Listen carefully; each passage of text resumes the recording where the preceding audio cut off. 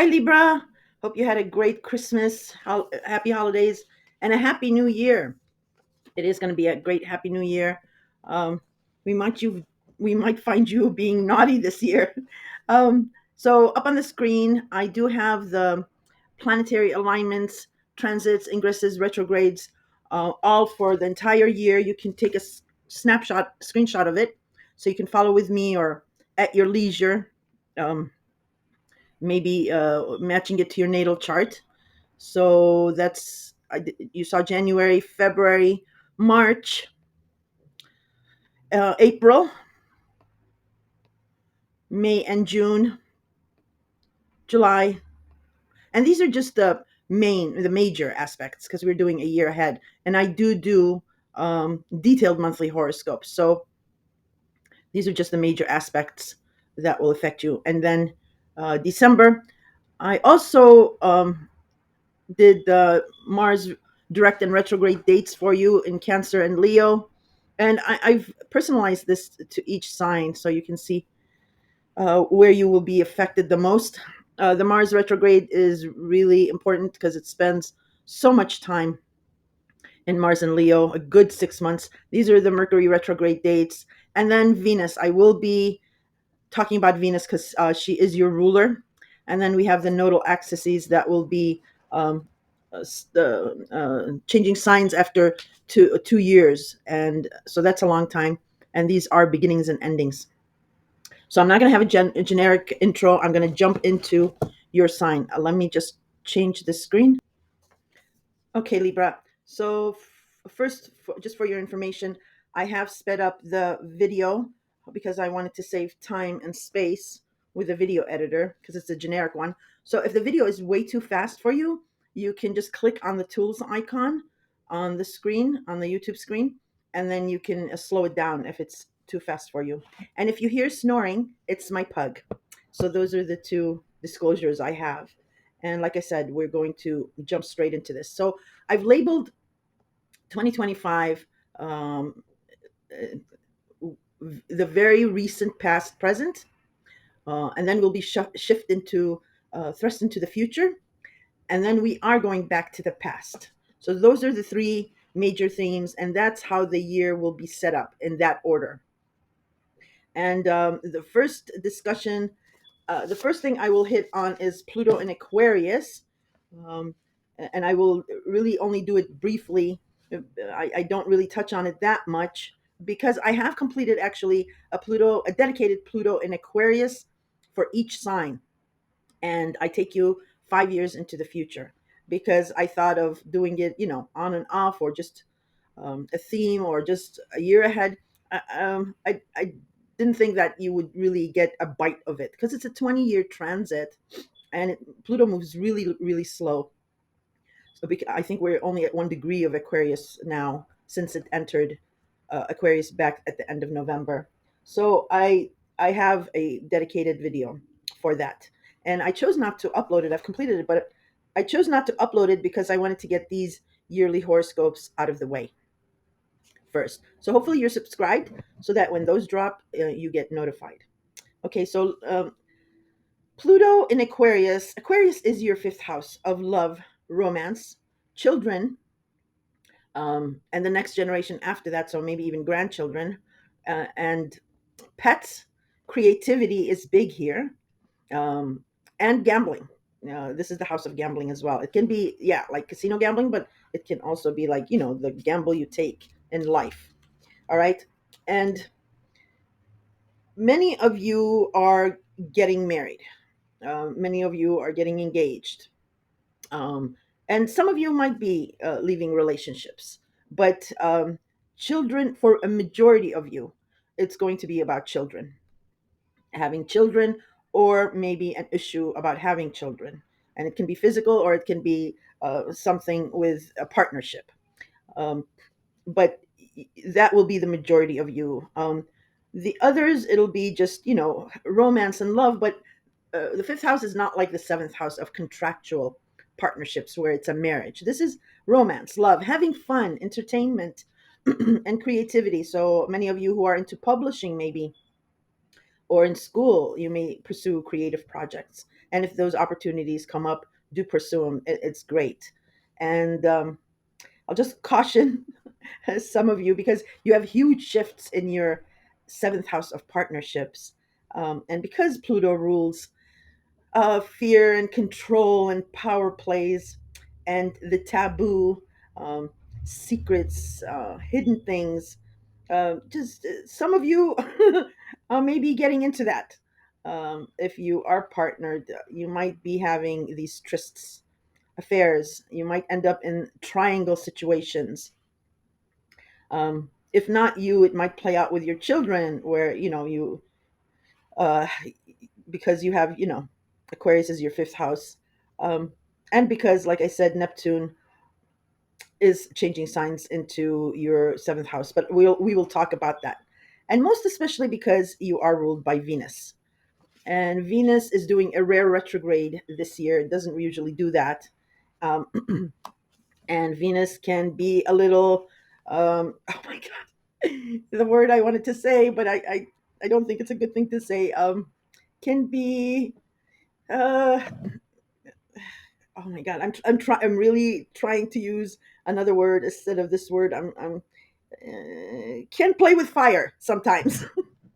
It can be impetuous. It can be uh, play people against each other. So because Venus, what Venus wants, Venus gets, and her partner is Mars.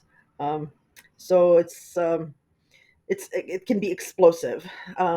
So that's one of the reasons, and I'll be discussing Venus, like I said, in detail because you are ruled by Venus. So that's all I'm going to really talk about Pluto and Aquarius. I might mention it in passing during Euroscope, but look for that dedicated video.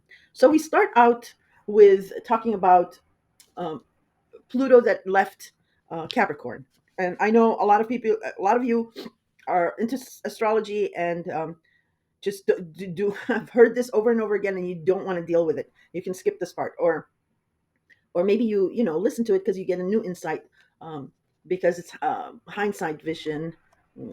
And for the sake of new listeners, bear with me as I go with just a little bit on Pluto. So Pluto and Capricorn. So Capricorn is your fourth house of home, family, your mother and your father, your physical home. So it can also be an apartment or something like that. It can be it's where your roots are. So it's your conditioning. It's a very very emotional house. Um, it can be a psychological house. So it's a deep and heavy house. And if there was trauma in childhood, we bury that. So Pluto is the god of the underworld. He is the destroyer, and because he transforms things, and it Pluto rules with power controls, with fear. It takes you deep dark to the underworld, to your inner soul, to make you face any fears that you've hidden away, and makes you confront that, because that is actually where your power lies. Um, it is in facing fear. So, for example, if you're going into a dark room, and they shut the door behind you and it's completely dark, you're fearful. You don't know where you're going. Uh, but if you stand still and you really concentrate, uh, you, the light in the back of your eyes does project, and you can start seeing clearly. And once the light is on, then your fear is gone. And that's what Pluto really does. It tries to take you down to where you were fearing something, to make you confront it, and to dissolve it, to destroy that, so that when you come back up from the underworld of your own self, you that fear is gone, and nothing really can um, have control over you in regards of home and family, and you become powerful. So that's the whole purpose of Pluto. And Capricorn is a very, very serious, somber, pessimistic, and slow planet ruled by Saturn. Um, Saturn is the taskmaster. He takes you to task. Capricorns are lovely people. They're very you can always count on them. I'm not talking about that. I'm just talking about, like, Capricorn is a winter sign, so it's the deep, dark, cold sign. So the last 18 years have been really, really tough, dark, deep, and and and we've had a struggle. But it's not only you. We all went through that in different areas of our lives.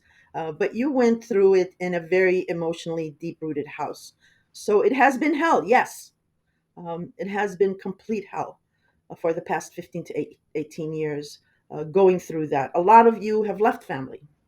Um, a lot of you have had family breakups. A lot of you have lost parents.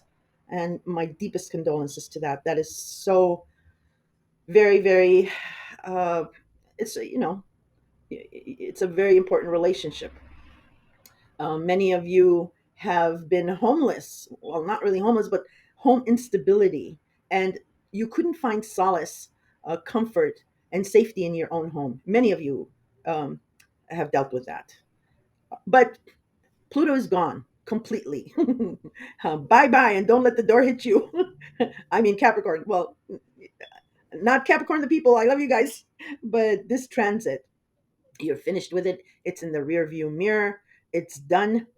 But I'll just talk a little bit about the very, very recent past, because we had Pluto and Mars activity, which is, I wouldn't talk about it because I do detailed horoscopes and monthly horoscopes, and you can, find the October, November horoscopes and listen to that. But I'm doing it because Mars is not finished with the two signs it transited when it bumped up against Pluto, and it's going to do it again. So let's just talk a little bit about Mars. Mars entered Cancer in late September, was going direct all of October, and on November 3rd, it came dead smack against Pluto. There was a huge opposition. And we actually started feeling that opposition in September, October, and then November 3rd was the exact degree.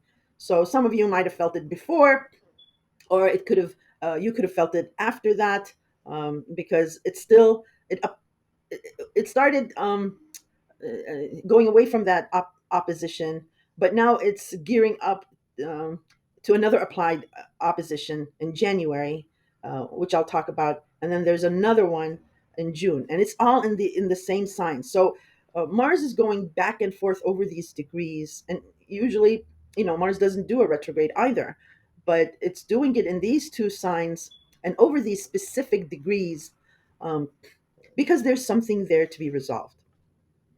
So, regarding this Mars and Cancer, Pluto and Capricorn opposition, that was pretty huge. Um, Cancer is your I'm sorry, your 10th house of career, status, reputation, authority figures, and job can be well. Job is your second house, but it's a career, so it can be your interrelated with your job. And because Cancer rules family, um, this and you were and Pluto was in Capricorn, your fourth house of family. You took a double hit regarding family. um, Mars is the god of war. He rules Aries, and plus that, it was Aries is your seventh house of partnerships. But Mars is fearless. Fearless. He doesn't care if he's up against the devil himself, a giant monster, a dragon, or a puppy. He just tramples over and he's go go go. Mars. What Mars does is says, "What do you want?" And you'll say, "I want that," and he's like, let's go get it." He doesn't think, and he's fearless. And Pluto is, like I said, the god of the underworld. He's very, very powerful. He rules another realm, even not even the same realm as Zeus and Athena and all those other gods. Uh, and Pluto is very confident in that he has the power of death and rebirth. So when Mars says, "I'm coming at you," Pluto says, "Come at me. I got you. I'll be your huckleberry. Come on, let's go at it." Because Pluto is more than happy for Mars to destroy himself or that area of your chart, because he wants a transformation in that area of your life. So something definitely came to a volatile explosion regarding your home and family. in maybe October, November. And then Mars went into Leo, which is your 11th house of friends, groups, associations. Um, it could be a circle of friends. But Leo rules the fifth house of love, romance, children, and creativity. And when Mars started his forward action in your 11th house of friends and groups, and the opposition was still there with Pluto, um, you might have had an issue with friends, um, or a group. Maybe you withdrew from a group. Maybe it was a circle of family, extended family, um, or you may have had an issue come head to head regarding a child. You may have lost, like I said, friends, and you're all about relationships and partnerships. So that could have been really hard for you as well. Then Mars started going retrograde in Leo, and Pluto entered Aquarius, and I already discussed a little bit about Aquarius. It is your fifth house of children and romance. And then we went into December. December is Capricorn month. So the first week of December, we started to see some kind of resolution or compromise being discussed about the fallout when Mars was in Cancer, in your 10th house of career, um, and Pluto when it was in Capricorn. So some of you might have left a job or changed a career, or maybe your company is closing down and you got a notice about that, or you might have been elevated for some reason. So that's the other thing I wanted to discuss is the Mars versus Pluto is it doesn't necessarily have to be an ending. It's very exciting. Like I said, it's explosive and exciting. So it could have been actually uh, a promotion, something exciting about that, about your career or your job, or it could have been a marriage, or you could have gotten a new home, or some maybe you did get, maybe you knew that you got pregnant, and that excitement might have been that. But then when Mars started going retrograde, whatever happened started reversing, or you started thinking about what happened. And like I said, the fallout regarding your career or a family situation, or children or friends, and a romance, or something like that. We saw a talk of a compromise in the first week of December, and then again on the solstice, so like right before Christmas, and then finally with the new moon in Capricorn at the end of December. Either an opportunity or a compromise it was resolved, or you might have seeded a hope of an ultimate compromise that'll manifest in the future. And Mars is still going retrograde, and Mars is hates going retrograde. He absolutely hates it. He rules Aries, and he does not know anything but going forward. So even when he's retrograde, he's equally powerful.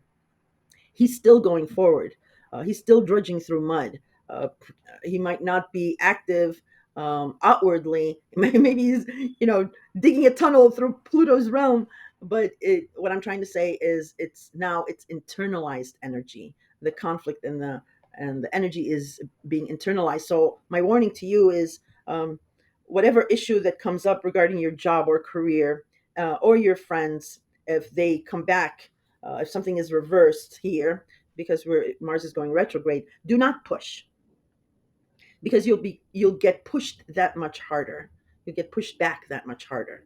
Um, Always with retrogrades, just have plan A, B, C, and D, because then when Mars goes direct, you want to be on a powerful footing, and you eventually get what you want out of these two houses: career and friends, involving family and children, what have you. But you will have it when this degree that there was an opposition on, or the stickling point, is resolved, and it's going to take up until the end of February, March, when Mars goes direct in Cancer, and then exits Cancer and goes direct in Leo, and it ends around May. So a long time.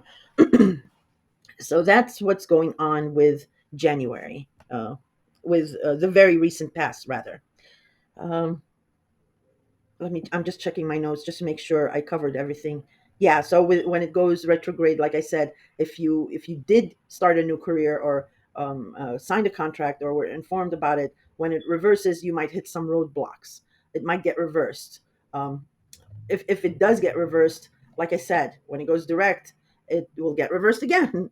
Or if it's a roadblock, maybe there's an issue with a certification or some paperwork or what have you. And with friends, like I said, humans make mistake and they come around. So maybe look for an apology from them, or maybe you. But it is a turning point regarding your career, definitely. And let's see, career jobs. Okay, I covered that. So I'm going to just go over January, because this is January 2025 horoscope and year ahead, before I jump into all these new energies that is coming in. Okay, so January. The most important is we have Venus that entered Pisces. The Mars retrograde in Leo opposing Pluto and Aquarius. Uh, you're still in revision mode. We will have Mars going direct in Leo that will oppose Pluto and Aquarius. So that'll be a much more um, powerful opposition. This one is really internalized. That's why I'm really not talking that much about it. But on the same day, Venus will enter Pisces. Venus is your ruler. And Pisces is your sixth house of health, habits, routine, scheduling, taking care of someone. Pets can be in here. Uh, and I'll discuss that a little bit more because you've had Neptune there and it's about to exit Pisces. But any kind of ailments that you might have had, or any confusion about any physical ailments, um, or anything about routine, or your scheduling, or maybe taking care of someone or something like that that has been difficult or confusing, this first week of January you'll start having a better outlook on it. It'll start Venus is the goddess of love, beauty, fortune, fame, and Neptune is, the god of ocean and romanticizing things. So this will be doubly nice. You're something about your scheduling, your routine, your health. This will start feeling a lot better for you. You'll start getting luck here. On the 11th, the lunar nodes will enter Pisces and Virgo and leave Aries and Libra, your sign, which has it's been in there for 18 months, a long time. And whatever repetitive issue that has been there, that stops. Whatever codependency that has been there, that stops. But I'll discuss the north node and the south node a little bit later because those are important. Those are beginnings and endings.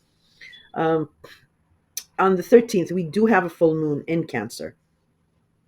So this has to do also with whatever fallout that occurred when Mars was in Cancer in October, November. So anything having to do with your career, with your status, with your reputation, with authority figures. Maybe you get a resolution of some kind regarding your 10th house of career. If you started a new career or a new job, um, and Mars is going retrograde right now. So there's one sticking issue, one thing that is an obstacle. Maybe that ends here on the 13th, on the full moon, because Mars is also retrograde in Cancer, reviewing and revising. Or it can be you're ending your old career and you're stepping into your new career here. Um, or it can be whatever new career that you stepped into maybe back in October, November, maybe you're not liking it and you're ending that or going back. Something about your career, your status, your reputation, and an authority figure here, it ends. Maybe a fight ends regarding your career and status, maybe with an authority figure. And you actually rule the law, so anything having to do with that, maybe a decision. You're waiting on a decision regarding your status, because status is married, not married, single, not single. That kind of that's what status is. So if this is anything about litigation, maybe you get a final answer here. In any case, pay attention to this full moon, because this will actually give you a sneak peek or a glimpse of when Mars starts going direct in Cancer, how that will play out. This full moon gives you a sneak peek, a glimpse of that. On the 16th, the Sun in Capricorn, your fourth house of home and family, will oppose Mars in Cancer, which is currently retrograde. So the sun illuminates things, and it's illuminating your situation in regarding your home and family, and whatever the fallout was, like I said, or the ending regarding your home and family back in November. Maybe it was just between family, but now everybody is seeing what it is, and it's being opposed by Mars in Cancer, and that is your 10th house of career, reputation, authority figures. So some kind of an opposition. Um, so you have to fix something regarding your home and family for your career to move forward. But there's challenging oppositions and there's good oppositions. This one might be a good opposition, uh, because the sun is the ruler of Leo. Leo is the nurturing father. Cancer is the ruler of home and family, and Cancer is the nurturing mother. So both the Sun and Cancer here have an interest in each other succeeding, okay, equally. So there might be this opposition, might end up being some kind of an equal benefit for both your home and family and your career and status. Okay, so keep that in mind. On the 18th, Saturn conjuncts Venus in Pisces, your sixth house of health and habits and routine. So remember what I said regarding some of you may have had an ailment and it just wasn't diagnosable, or some confusion about that, or a scheduling problem. Well, this is Saturn. There's no confusion with Saturn. He is the taskmaster, and he loves Venus. It's almost like his daughter. So when this conjunction takes place, there is some kind of sticking to a routine. Maybe, like I said, a health ailment. There's a revelation here or a procedure here, um, and yeah, it's a conjunction, so it's very good. And Saturn, like I said, loves Venus. So look to the 18th regarding something about your scheduling, your health, your routine, or a pet. On the 21st, the Sun will conjunct Aquarius. This is nice as well, because Aquarius is your fifth house of love, romance, children, and creativity. The only stickling issue here might be um, some kind of someone is might be undermining your authority here, um, and it might be a child, or it might be a lover, or something like that. Um, but like I said, it's the sun, it's powerful, and it's a conjunction. So something, Aquarius is the very futuristic sign, um, and it's uplifting. It's not, like I told you, it's not like, Pluto. It's not deep dark. So something, maybe you get a revelation or an epiphany, or you something is illuminated regarding your children or romance. And then finally, in January, the major aspect that I wanted to let you know about is on the 23rd. Mercury in Capricorn, again, your fourth house, opposes Mars in Cancer. Again, Cancer is your 10th house of career. So on the 16th, remember when I told you the opposition between the Sun and Mars in both of these houses of yours? And this may end up being a nice opposition, a good opposition. Well, on the 23rd, then Mercury is rules, contracts, agreements, discussion, and thinking. Maybe something here is contracted, an agreement is agreed upon, or you guys brainstorm on how this equally mutual opposition that happened, how you go about it, how you go forward on it. So that wraps up January. And now we are going to talk about the major themes of 2025. I am so excited for you, Libra. So huge, big changes with you, um, regarding your seventh house of partners. First, I'm going to talk about the eclipses that we've been having in Aries and your sign. And there's one last eclipse I believe in the spring, March or April. But eclipses signify and work with transformational planets, the outer planets, um, for beginnings and endings. Okay, so they're setting you up for the next stage of this area of your life. And eclipses take about 18 months. So about the last 2 years, you've been having this push and pull, this tug of war between a partner and yourself. Excuse me. Something about your appearance, your physical appearance, something about your appearance, something about your profile, something about how you are, or how you operate, your modus operandi, your MO, and something about a partner wanting some type of freedom. Even if, like I said, even if you're still in a partnership and this is a healthy relationship, there was something regarding your partnership that required freedom and felt that there was a neediness or a codependency that either you or a partner wanted to be free of. Okay, and it could be karmic because it's an you look to 18, 19 years ago, regarding the same situation, and there's karma there either to be repaid by you or you get paid back with that. But like I said, it's beginnings and endings, and the most powerful one was on well, October, the beginning of October, we had a partial solar eclipse in your sign, which opposed your Aries, your partnership house. So something new about you, something that was changing about you, was opposed by a partnership.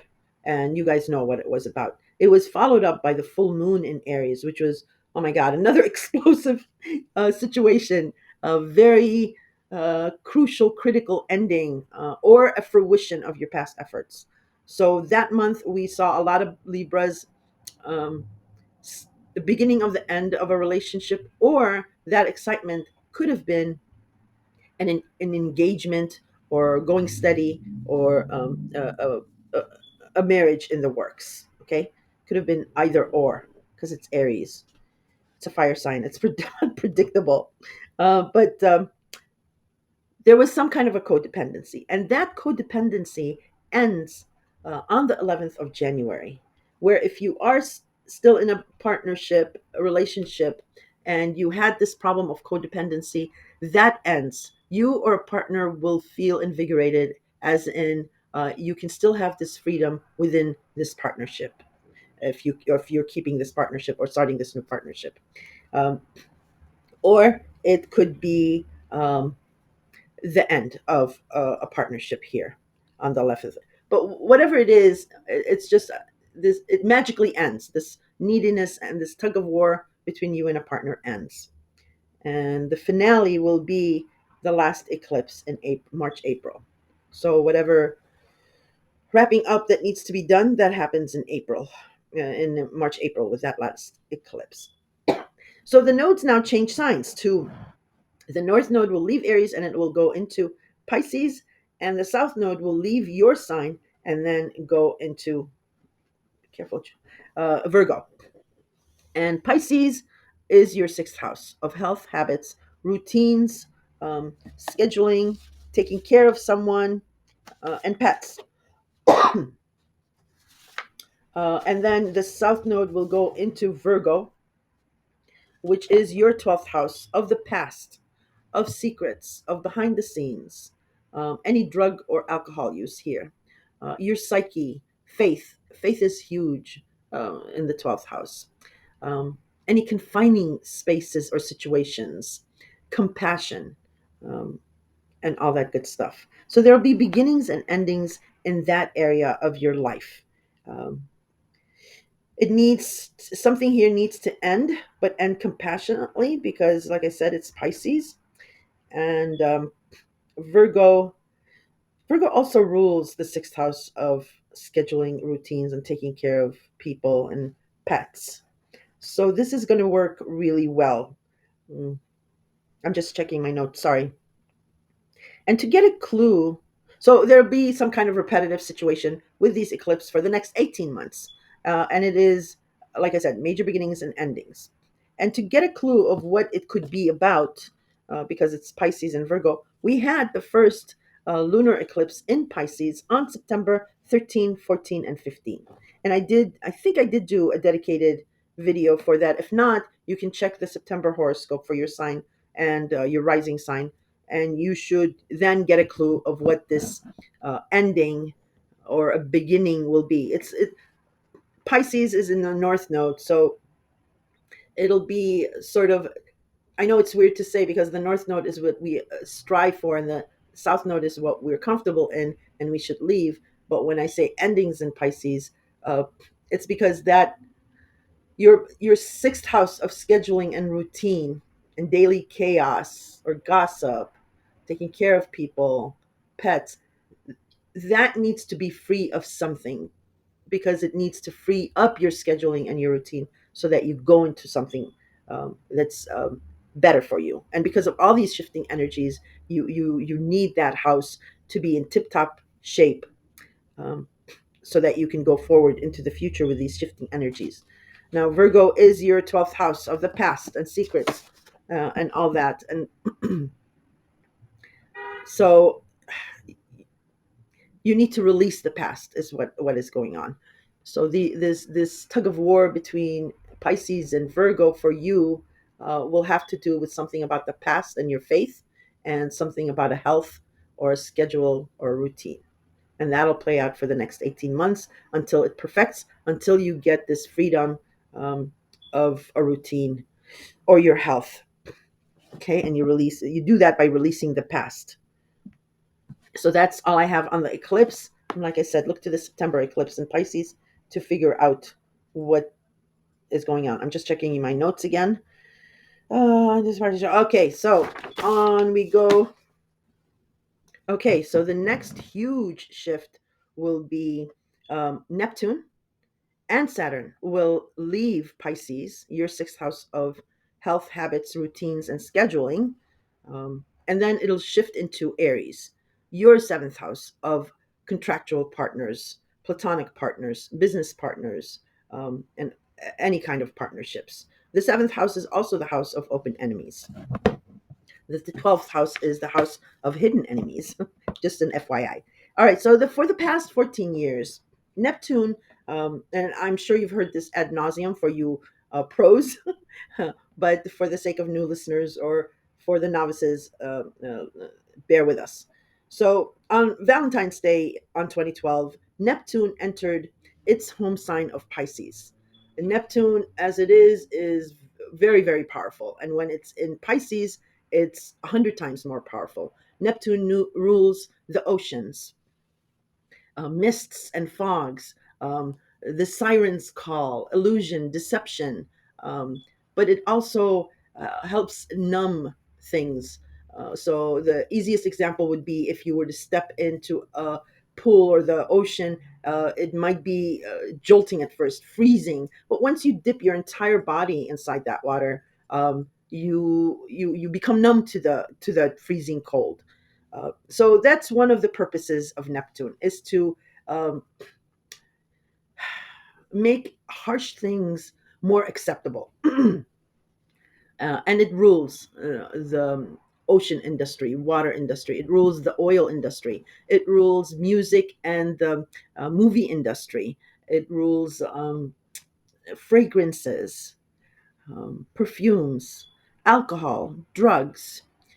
It gives us rose colored glasses. It romanticizes things. It idealizes things. And like I said, it's part of illusion, deception is all under that, and fogginess and mist. Gives you those rose colored glasses. So it has been in your sixth house of health, habits, routines, scheduling, um, taking care of people here, whether in your career or personal. It is the house of gossip and chaos as well. And it is a Virgo ruled house. And it can do, Virgo rules medicine, nursing, and all that good surgical instruments and all that good stuff. So something about something about that house of yours could have been health for most of you, has been confusing, or um, has been, yeah, so some of you might have had a health issue that you was undiagnosable for some reason. Or it could have been you maybe started therapy or meditation, maybe yoga or something about your faith.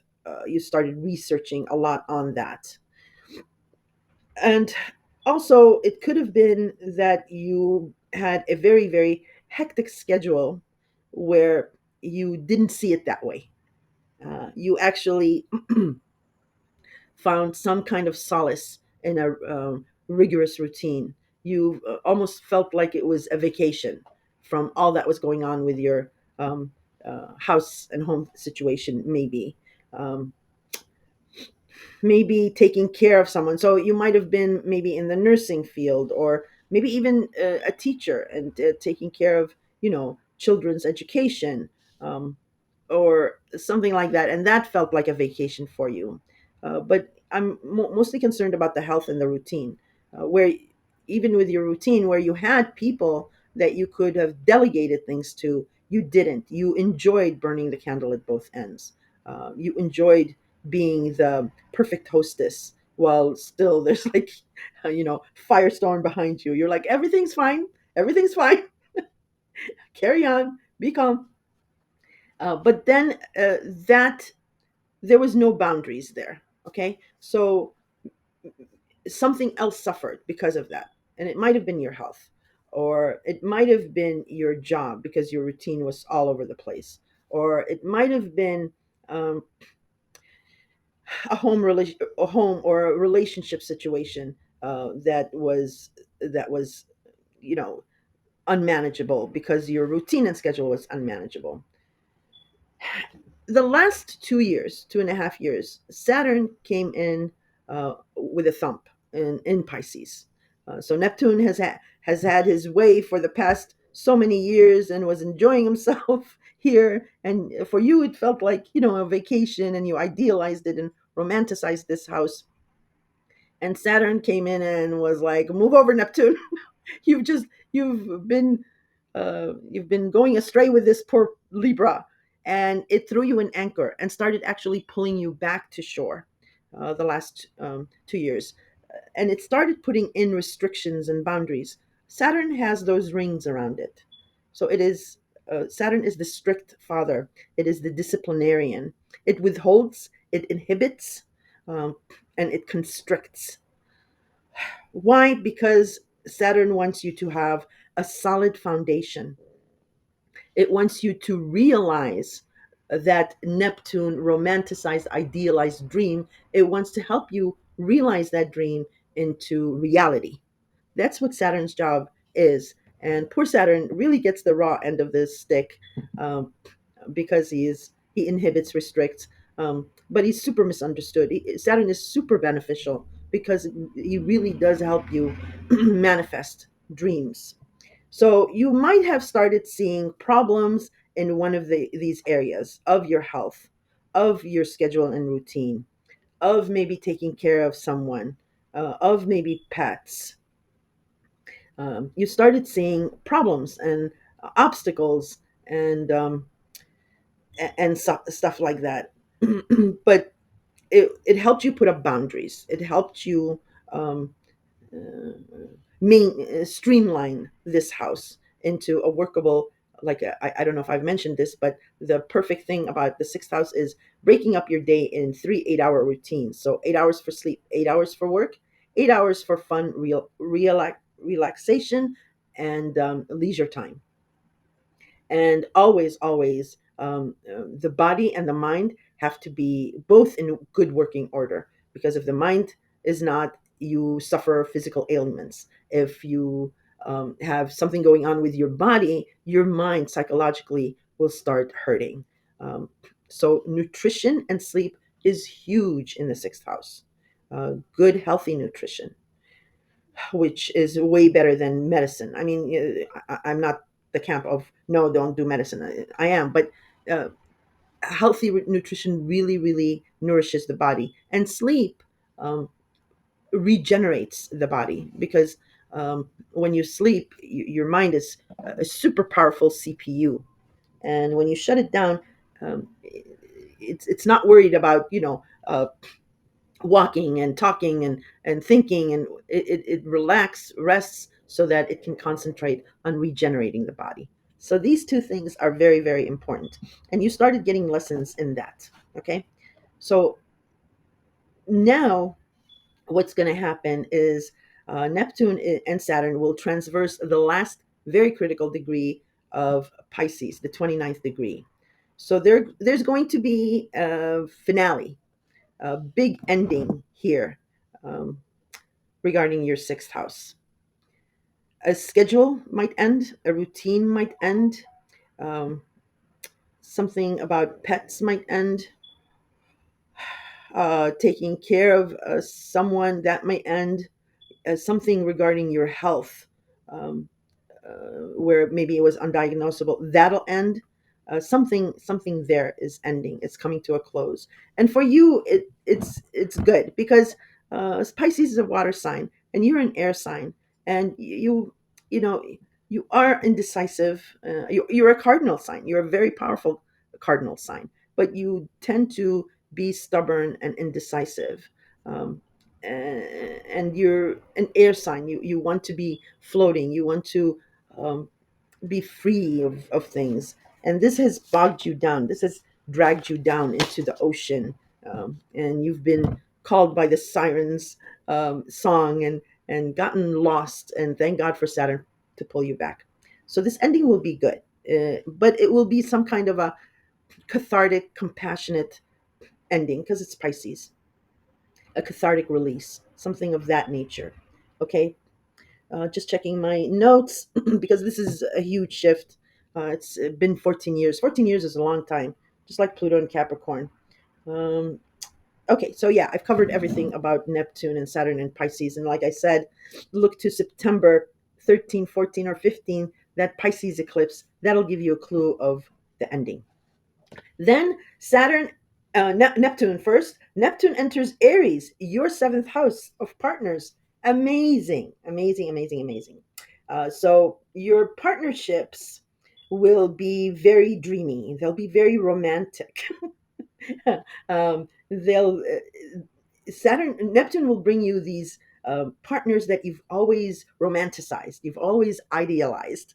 Um, and they may be, you may look for these, they may have these, um, not beady eyes, slanted eyes. They may, because Pisces, like I said, Neptune rules Pisces, but it's not in Pisces, but it's Neptune still. So it might have like fish looking eyes, these partners.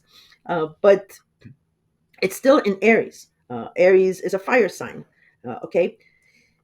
Um, and besides the romantic partner, the idealistic partner, um, the nurturing partner, the movie industry kind of partner that we see, that Neptune will give you these rose colored glasses to look through. Um, it will not be like what Virgo has gone through. Ask a Virgo what they've gone through with partnerships in the last 14 years, and they'll tell you they've been they've taken them down this confusing road um, of never committing to something, or always being at sea with them. You'll get something of that, but not like Virgos, because Aries is not like Pisces. Aries is a fire sign, and Aries does not like water signs or water ruled planets. So your partners might be in a turmoil or a confusion, um, about their own status. Okay, the dynamics is setting it up there, because with these planets shifting in these houses for your partner, they're also shifting. There's a different dynamic going with your partners. um, so they might be like struggling within themselves, and you're a Libra. You want equality. How the saying goes is, if you want to suffer, you if you want your partner to suffer equally, or if you want to, be in your happy spot, you want your partner to be equally happy. So it'll be concerning for you to see a partner go this in through this confusion, or internal conflict kind of times, and you'll want to fix them, is what I'm trying to say, because like I said, it's Neptune. He's going to idealize somebody for you, and you're going to be putting them on this pedestal and trying to fix them, trying to help them with this confusion, because Libra is not like Virgo. Libra wants to have a dialogue. Um, it doesn't want to analyze. It wants to have a dialogue and say, okay, let's talk about what your confusion is all about. Okay, but there's good news. There's very good news. Why? Because Saturn is coming in right at the beginning, with in Aries with Neptune. It's not like Virgos where they were left alone with Neptune for the first 12 years. Poor things. Um, they got the short end of the stick with Neptune, because and he was powerful in Pisces. With you, you get protection right from the start. Saturn is right there behind Neptune and saying, "Ah, okay, okay, you're gonna do that. Not without me teaching Libras some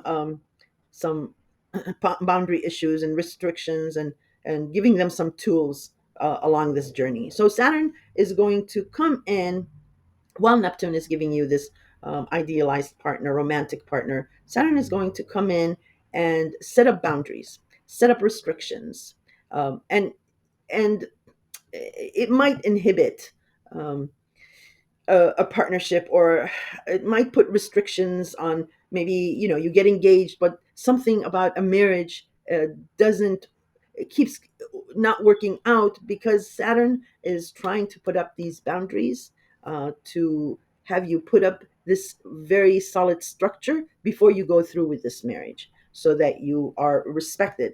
Because partnerships is, as you very well know, it's not about you getting all of your partner's heart, or the your all this adoration and thing is going to your partner. Partnership is about keeping some of your heart to yourself, and equally sharing things amongst each other. Excuse me. So Saturn is going to be teaching you that, because if you do keep some of your heart, if you have self-respect, then your romantic partner will know their boundaries with you. They'll know that they have half your heart. They're going to have to work for the other half of your heart for the next 14 or whatever years, when Saturn leaves you alone to the devices of Neptune. It will. So you'll have that anchor. Is right from the beginning. And when Saturn leaves and Neptune tries his fishy stuff, get it? Fishy? Pisces? The ruler of Pisces? Yeah. Yeah. If he tries his fishy stuff, you have that anchor to throw. If he tries to get you lost into the fog of partnerships, you have that anchor, and you can pull yourself back to shore. If he tries to have the sirens sing you a song that you cannot resist, you'll have those earplugs that Saturn will give you. I can go on and on. Believe me, I'm in that mood. But that's what you have to look forward to, and it will be just a sneak peek, a movie trailer of what will start in earnest in 2026, because all the planets that are shifting right now will retrograde back into the previous signs, and then at the end of the year, when there's resolution, reconcilement, and closure, it goes fully into these new signs. So this is just a movie trailer of what you're going to get. Now, the other thing is with Neptune, for you partnered uh, Libras, and for you engaged or single, because you're going to be, excuse me, I had to drink water, because you are going to meet an idealistic partner, and there are many Libras who are going to get married during this transit, or engaged, or have steady boyfriend. Excuse me, I got a cough. I'm going to pause this. All right, I'm back. Okay, so closing up with this, the only caution I have is because it's Neptune, and because you are all about relationships, and because this year we have Venus going retrograde, your ruler. Venus rarely goes retrograde. Um, And because with Venus going retrograde, the most significant thing that Venus does is bring back lovers from the past, or it kind of messes up something about love. Um, just be careful about trysts and triangles. Like I said in the beginning, Libras are going to be naughty this year. And because there's something going on with your career and status and reputation, be very careful of being the other woman or the other man, um, of breaking up a happy home. I'm so sorry. I apologize. There's millions and millions of Libra. I'm not saying all of you are like that. Uh, and and you know it's something sometimes it naturally happens because with all these huge shifts, Pluto after 18 years changing signs, Neptune after 14 years changing signs, Saturn after 2 years, Uranus is going to change signs after 7 years. There's a lot of people breaking up, leaving relationships, and there's so you might be in the breakup mode. Some of you will be in, in that separation phase. But a lot of people that'll come into your life, because especially with Neptune, might be in that separation phase, or breakup phase, or divorce phase. But um, they, their partner might accuse you of not giving them a chance to go back to their relationship, and that's their problem, right, Libra? That's what Venus does when it goes retrograde. That was the word that I didn't want to use in the beginning about Venus. um, but yeah, just be careful of those twists and triangles, because you might be doing it. Um, or it might be your partner.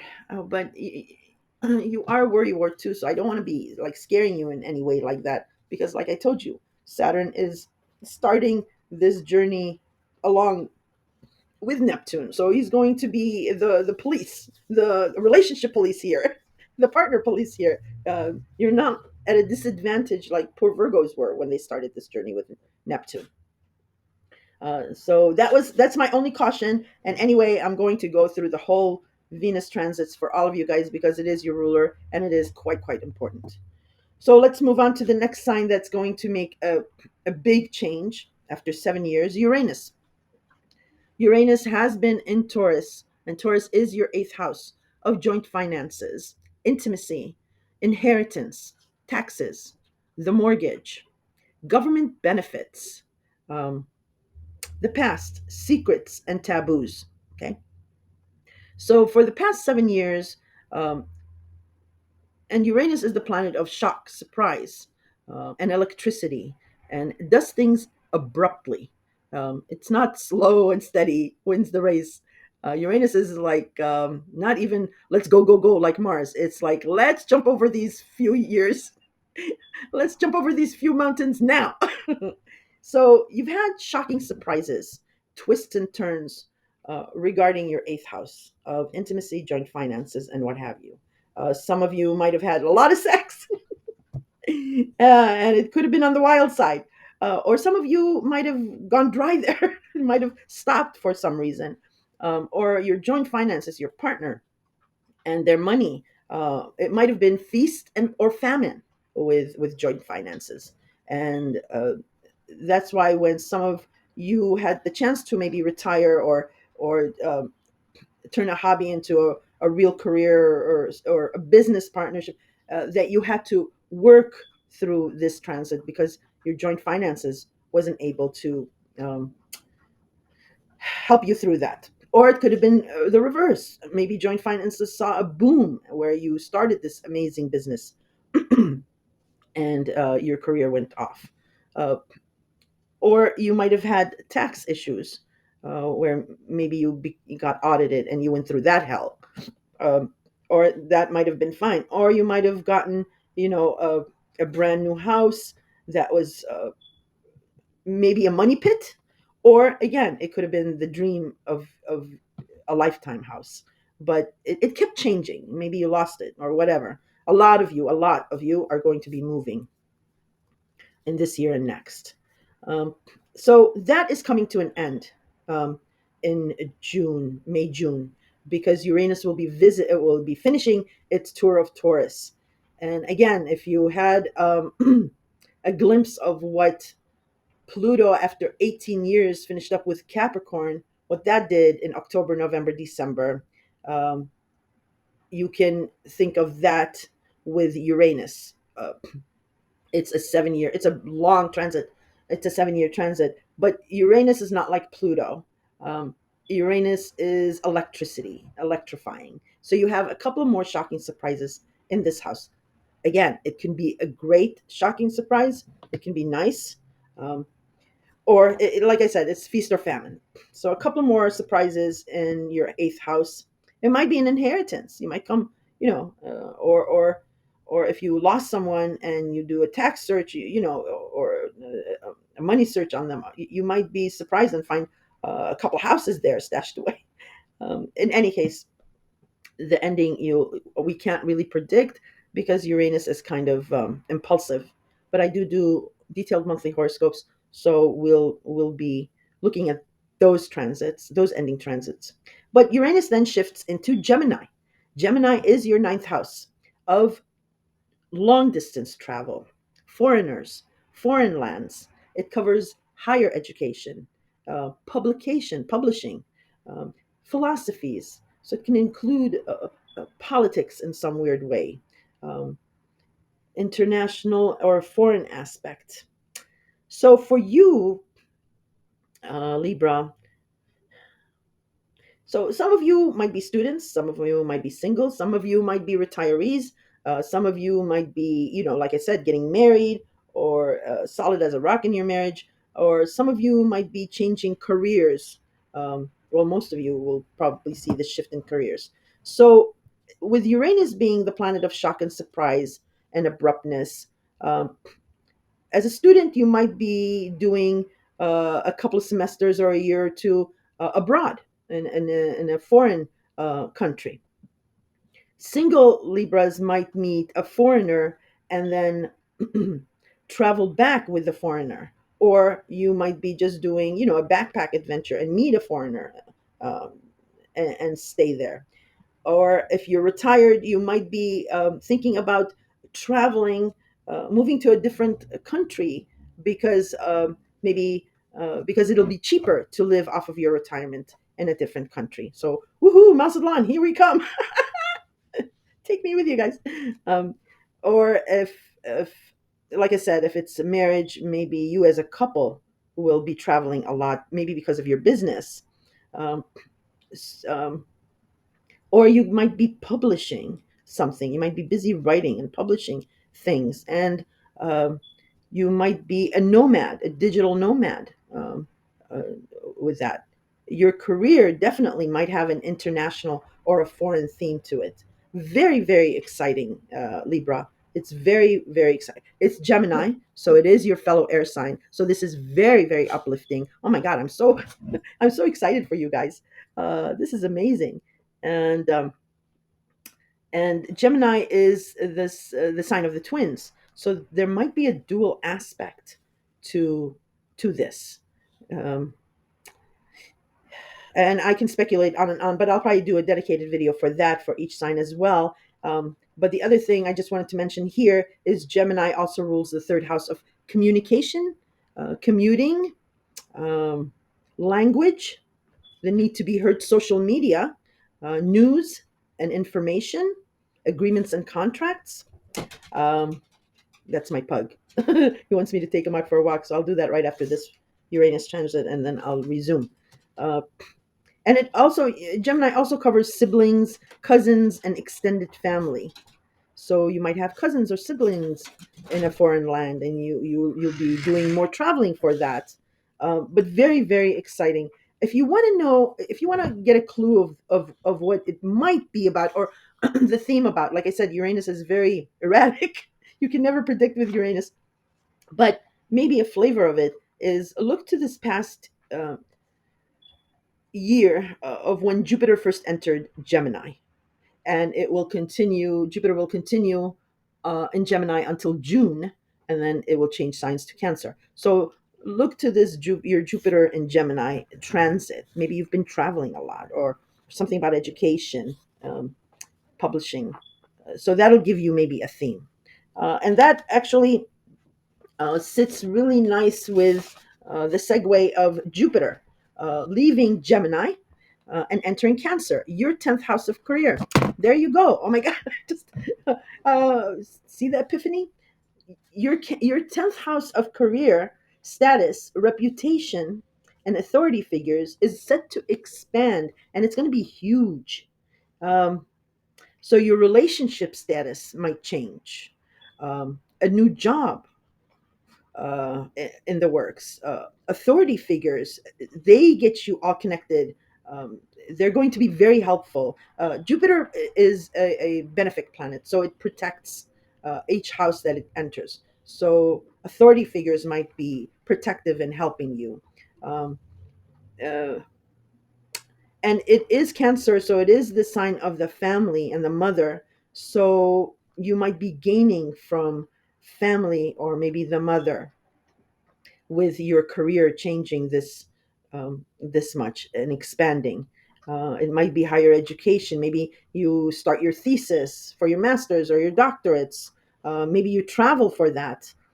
Huge, huge change. The clue to look for, I mean, I can go on and speculate forever, but the clue is the Mars in Cancer transit that we've had for such a long time. And that is a clue. That's why it keeps going back and forth over this. Because when Jupiter comes in, you're all that house is set to expand. And then also another huge clue is Jupiter does a tour of each sign for 1 year. So it does the whole zodiac sign 12 years because there's 12 zodiac signs. So think back 12 years ago when Jupiter was in Cancer and how your career, reputation, your status, and authority figures expanded in some way. Everybody waits for Jupiter to come into a certain house of theirs. And this, for you this year, with all these new energies happening, this is going to be huge, Libra. Wow. It's going to be great. All right. And then we go back to the past. September and October, these planets that just dipped into these new signs. So Saturn, Neptune, Uranus, they're going to stop and go retrograde over these new degrees that we dipped our feet in, and to review how much far we've gone along, and to make changes if we need to be, because it's going to be just overwhelming. I mean, Neptune, Saturn, the eclipses, the North Node and South Node, Uranus, Jupiter, huge changes. It's going to be very overwhelming.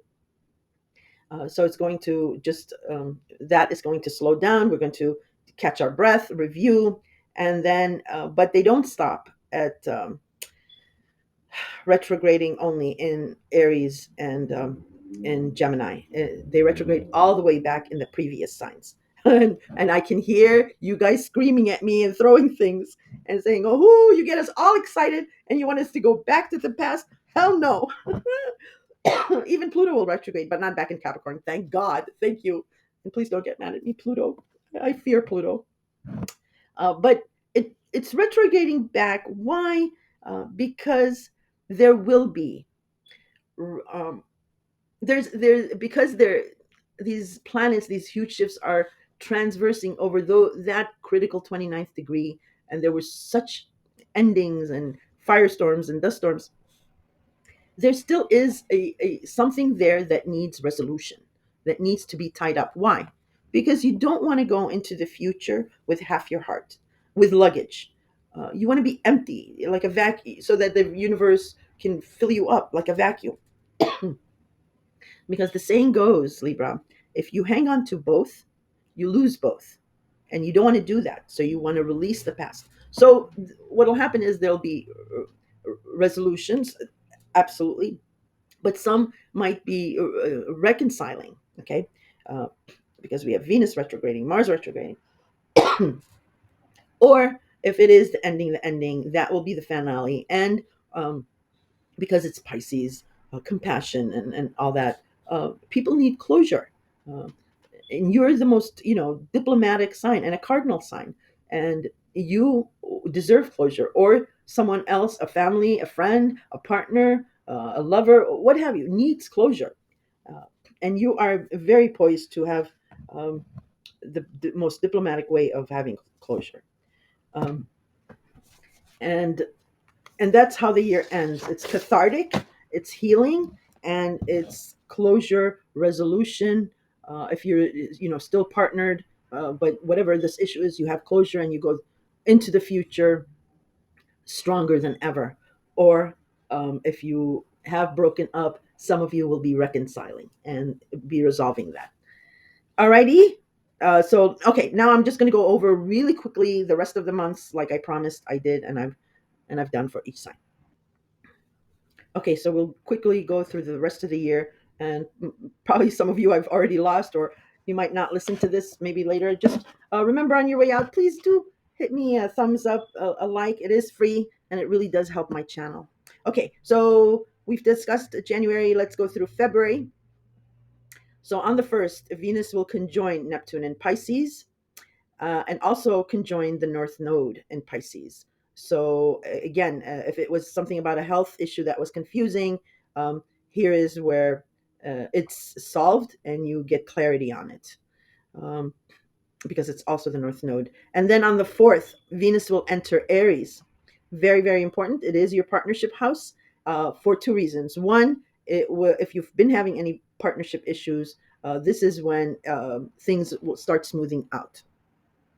The second reason is because this will give you a clue also of what Neptune and Saturn's transit of Aries, your seventh house of partners, will might be about. Not will be about. Might be about, because it might be just the flavor of what it will be.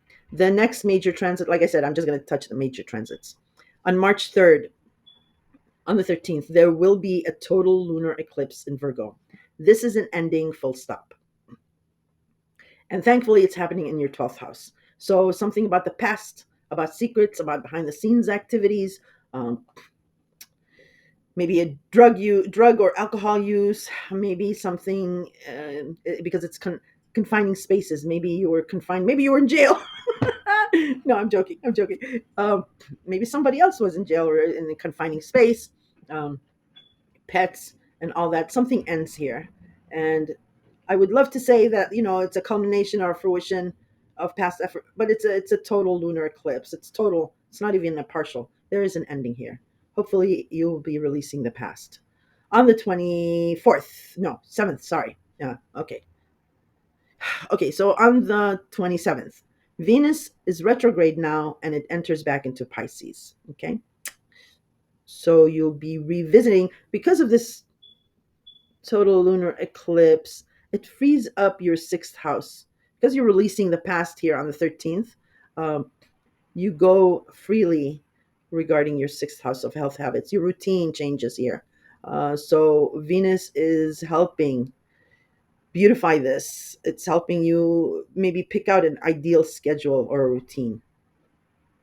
Okay, on the 29th, beginning of something, Libra, pay attention. Partial solar eclipse in Aries at 9 degrees. A brand new beginning, but it's partial, okay, because we still have Venus retrograde, yeah?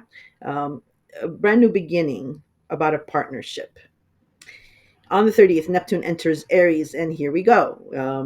I discussed this at length with you. Just looking over my notes to see if I missed anything. Um, uh, uh, uh, uh, uh, okay, so yeah, I've covered everything that I wanted to say, so I'm going to skip the notes, but just know that March, we're rid of Pisces and we're entering Aries territory. So your seventh house. And then on the next most important is on the 18th. Mars will start going direct. Well, it started going direct in Cancer, and now it starts going direct and enters Leo.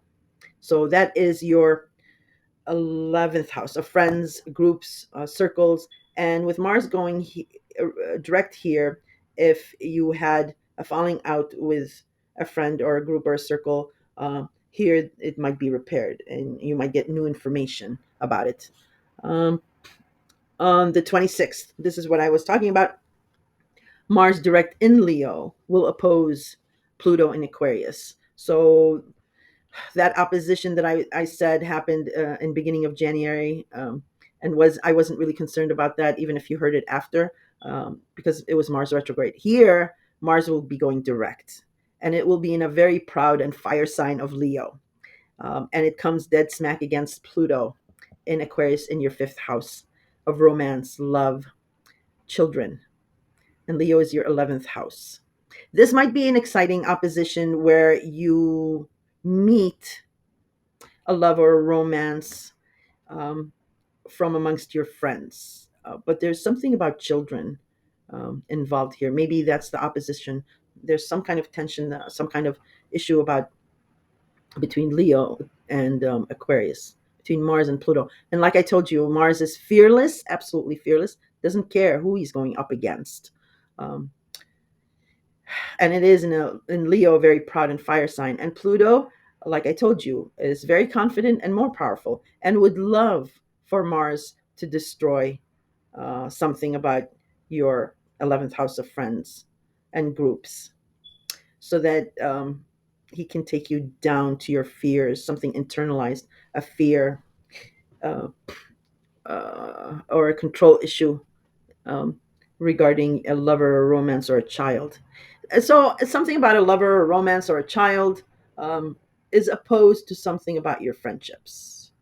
So look to that. And again, I do monthly horoscopes. We will be doing more on that. Um, maybe because, well, I won't speculate. On the 30th, Venus will re enter Aries, but this time direct, Libra. So Venus is in full force. If Venus was retrograde and withholding a partner's affections for you, or you weren't getting their approval, or you might have been doing that, well, now everything starts fixing. Everything, you start seeing the benefits of Venus being lovely and not, because Venus attracts love, money, fortune, fame.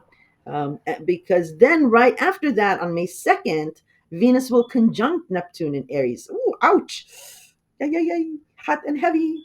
Um, so very beautiful if you're a solid as a rock couple, if you're boyfriend, girlfriend, if you're engaged. Um, just if there is a secret romance or triangle thing, it is revealed here. And your partner might admit it. Now, your partner might be the one who's doing that and admits it, or you might be the other woman, but your partner says, yes, I do love her. Or it could be a business partnership where you were maybe headhunted before, and and now your current business partnership or career is like, what? We spent so much money on training you, and you're leaving us. Or a business partnership is is hurt like that.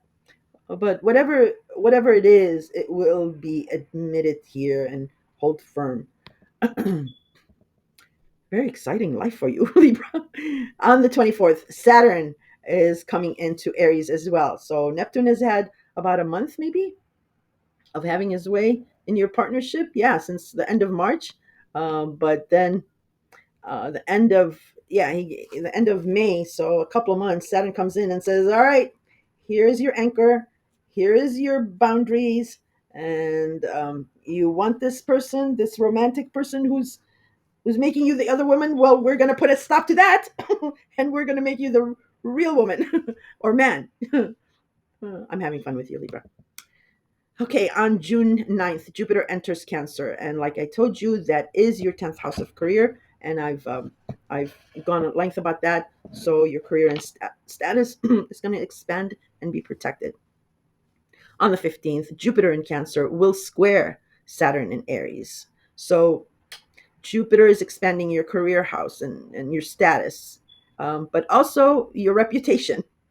And Jupiter, for the most part, like I said, is a protective planet. But if there's cracks somewhere, Jupiter will expand that too, because Jupiter wants the best for you. And if there's something not right, it's going to go in the opposite way of expanding that. because we have a square here to Saturn and Aries. And Saturn, it's working together. It's not an opposite. It is a 10th spot because both Jupiter and Saturn are making you aware of something. And Saturn is in Aries in your seventh house. So there might be a problem with a partner and career, or a partner and your reputation, or a partner and an authority figure. So remember what I warned you about this tryst. Just be careful here because your reputation might take a hit, and you'll know who it is. I mean, you know which Libra you are, and you want to keep yourself above reproach with Jupiter transiting your career house and reputation. Because on the 18th, then Jupiter takes his turn in Cancer, squaring Neptune in Aries. And this might be confusion with a partner or a career. In any case, look to the detailed monthly horoscope. Maybe I'll do a dedicated one on Neptune and Jupiter too. Anyway, July 4th, Neptune will start retrograding back in Aries after he gets bitch slapped by Jupiter. Jupiter in June for just taking it, and Saturn is setting Neptune straight. Neptune is like, okay, maybe I took it too far, and he stops and he retrogrades over those degrees. He's advanced in Aries, so you can revisit these romantic people that are coming in your life. On the 7th, Uranus will end its stay in Taurus and it'll enter Gemini. Um, Big surprises, good surprises, huge surprises, because there's a trine to your sign. Um, and because it is an air sign, a fellow air sign. So your ninth house is set to have a very nice surprise right in the very beginning. So long distance travel, foreigners, foreign lands, higher education, publishing, all that good stuff. Excited for you. On the 12th of July, Saturn will also retrograde back in Aries, and you'll get a little reprieve of the restrictions that Saturn has been putting on your partnerships or you. Um, because it's been trying to set up boundaries for you to take into the future. On the 30th, Venus will enter Cancer, your 10th house of career and status. Very nice. Jupiter enters and then Venus enters. So when Jupiter enters and it expands your career and reputation house, Venus here, if there was any problems with your reputation or an authority figure, Venus coming in here smooths everything out, or maybe the truth comes out here. All right. So on August 6th, Mars will enter your sign, Libra, and you are like the Duracell bunny rabbit. You're wound up and ready to go.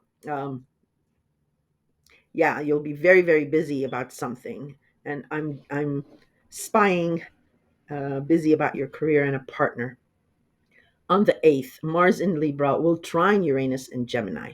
I told you about the trine. It's a fellow air sign. So surprises, shocking surprises regarding travel, education, foreigners, and with Mars in your sign, heat and urgency to making this, setting this up. Um, but on the same day, Mars in your sign will oppose Saturn in your partnership house. hmm So, whatever this heat and urgency that you're trying to set up regarding your career, um, reputation, or status, Saturn is trying to slow you down. It's saying you're going too fast, you don't know all the details.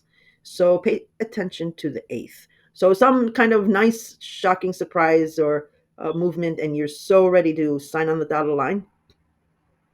Just pay attention to any blind spots here. August 9th, Mars in your sign will oppose Neptune in Aries. hmm So with Saturn and Neptune, about something about a partner, and you're trying to move forward regarding this career. So maybe some confusing conversation might come up here. Might be about values as well. So just have your radar up for any blind spots. But on the 11th, Venus will conjoin Jupiter, and this is huge, Libra. Um, you might get a benefactor, and this benefactor might be a family member. Um, But this is really nice because Venus is your ruler, Jupiter. So you might be getting either money, or you might be getting set up with a family member, a far off family member, maybe in a foreign country. Um, anyway, that's the 11th. The 25th, Venus will enter Leo, and that is your 11th house of friends, groups, and associations. On the 27th, Venus in Leo will sextile Uranus and Gemini. Hmm. And then Venus in Leo will trine Neptune in Aries. um, so the opposition energy is broken up and it turns into like a trine energy here. So that is great. And I'm definitely going to discuss this more in the monthly ones, but just note this for your yearly calendar. Um,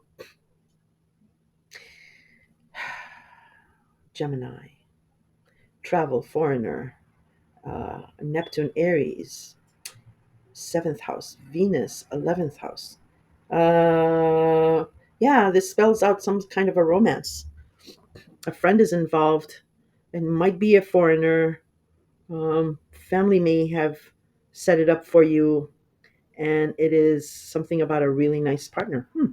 All right, September. Saturn will retrograde back into Pisces, and then we start going back to the past of what we ended. Because on the 4th, Mars in Libra will square Jupiter in Cancer.